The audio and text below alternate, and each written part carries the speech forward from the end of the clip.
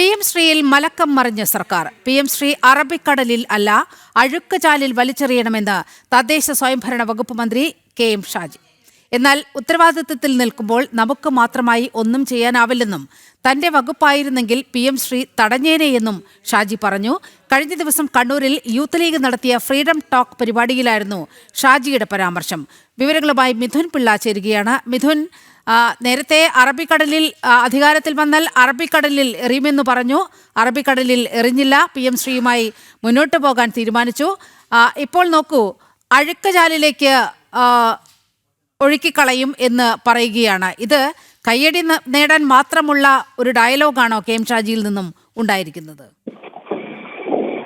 തീർച്ചയായും അത്തരമൊരു നിലപാട് തന്നെയാണ് ഇപ്പോൾ തദ്ദേശ സ്വയംഭരണ വകുപ്പ് മന്ത്രി KM ഷാജിയുടെ ഭാഗത്ത് നിന്ന് ഉണ്ടായിരിക്കുന്നതെന്നാണ് മനസ്സിലാക്കാൻ വേണ്ടി സാധിക്കുന്നത്.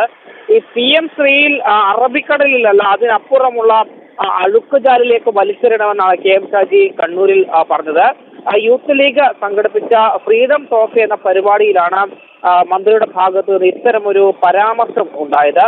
നമ്മൾ ശ്രദ്ധിക്കേണ്ട ഒരു കാര്യമുണ്ട്. ഈ സംസ്ഥാന സർക്കാരിന് തന്നെ ഈ PM ശ്രീ വിഷയവുമായി ബന്ധപ്പെട്ടൊരു ധാരണയില്ല, ഇല്ലെങ്കിൽ ഒരു അഭിപ്രായമില്ല എന്നുള്ളത് അവരുടെ വാക്കുകളിൽ നിന്ന് തന്നെ വ്യക്തമാണ്. ആദ്യം വിദ്യാഭ്യാസ മന്ത്രി പറഞ്ഞ് പൂർണ്ണമായും ഇത് കൈയൊഴിയാൻ വേണ്ടി സാധിക്കില്ല എന്ന് പറയുന്നു.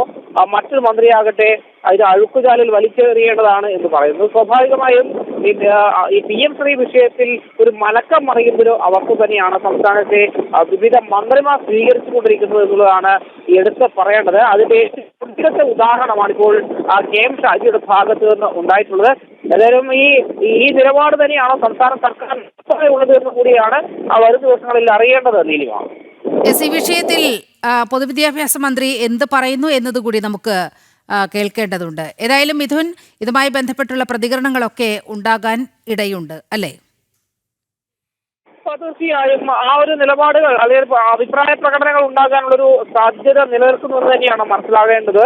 കാരണം ഈ ഒരു നിലപാടില്ല മറ്റ് മന്ത്രിമാർക്ക് ഉണ്ടാവുക. അതുകൊണ്ട് തന്നെ വരും ദിവസങ്ങളിലും ബാക്കി മന്ത്രിമാരും ഈ സംഭവവുമായി ബന്ധപ്പെട്ട പ്രതികരണങ്ങൾ നടത്താൻ സാധ്യതയുണ്ട്.